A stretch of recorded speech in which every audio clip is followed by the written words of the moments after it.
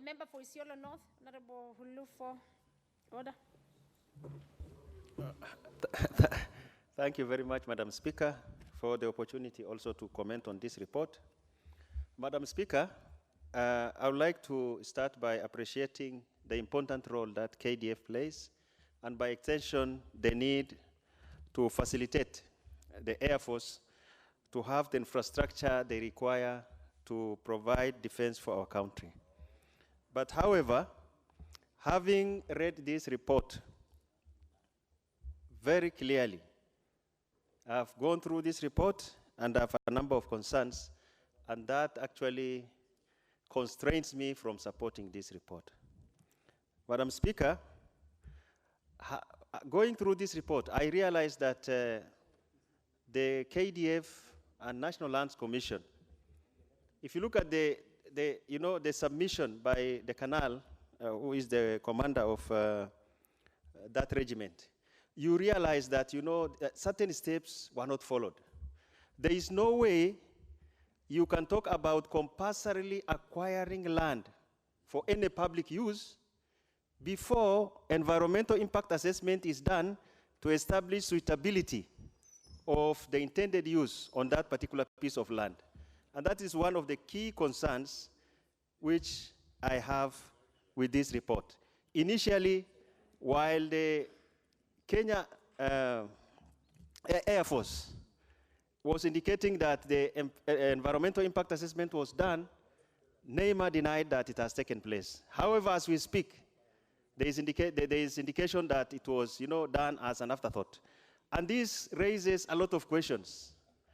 I thank the committee for actually going out of their own volition to go and investigate this matter and bring this report to this House. The second reason why I'm very hesitant to support adoption of this report is the fact that this site which is identified is located in a very sensitive ecosystem, the Mara ecosystem. From my understanding of, Mara and sensitive, I do not think what the military intends to set up there and the current, use of that ecosystem will coexist amicably. And therefore, I'm very hesitant. The second reason, looking at the report, the notices for public participation were sent out, but reading through the report, very few submissions were made. But I'm glad, although not many community groups have made their submissions, the people's representatives, the MPs, have made their submission. And 2 MPs from Narok again have commented on this report in this very House this evening. And that tells us that there is no buy-in from the Ma community and from the Narok community. And it will be, despite appreciating the importance of this radar to provide, to protect our territorial integrity and to ensure that our country is safe, without acceptance of the community who are actually the owners of this land at the moment, I do not find a good reason why we should adopt this report and why we should even encourage the military to do due diligence and proceed with compensating people and continuing with the project. I would like to echo what my county member of parliament, Honorable Hema, said.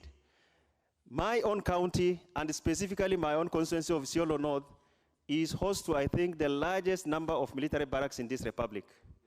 And we have been having issues of the military every time extending the boundaries.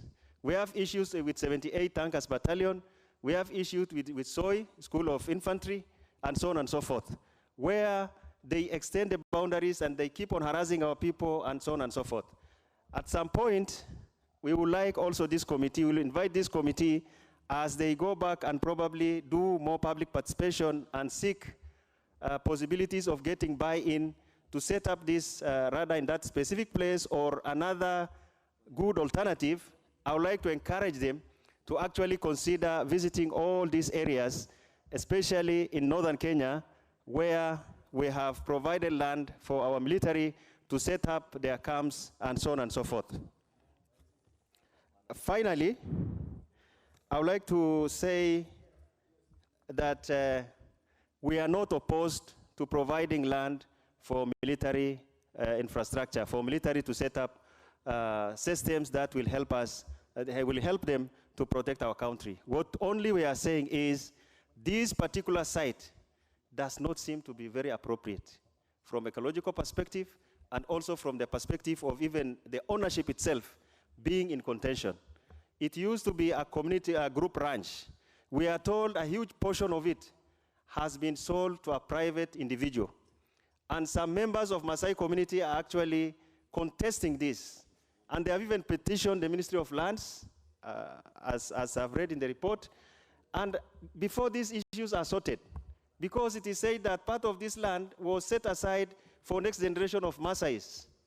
But unfortunately, it has already been sold, probably by local elites, which is something which is very common in most of these areas where the land is communally owned. So for these reasons, I would like to oppose this report. I would like to encourage the committee to go back and do a more thorough job in terms of engaging more stakeholders in Narok so that they could come up with, probably in consultation with the county government, the communities, and the leaders, we should get another appropriate site in Narok County or even elsewhere in the neighboring counties. Thank you very much for the opportunity to contribute. Very well.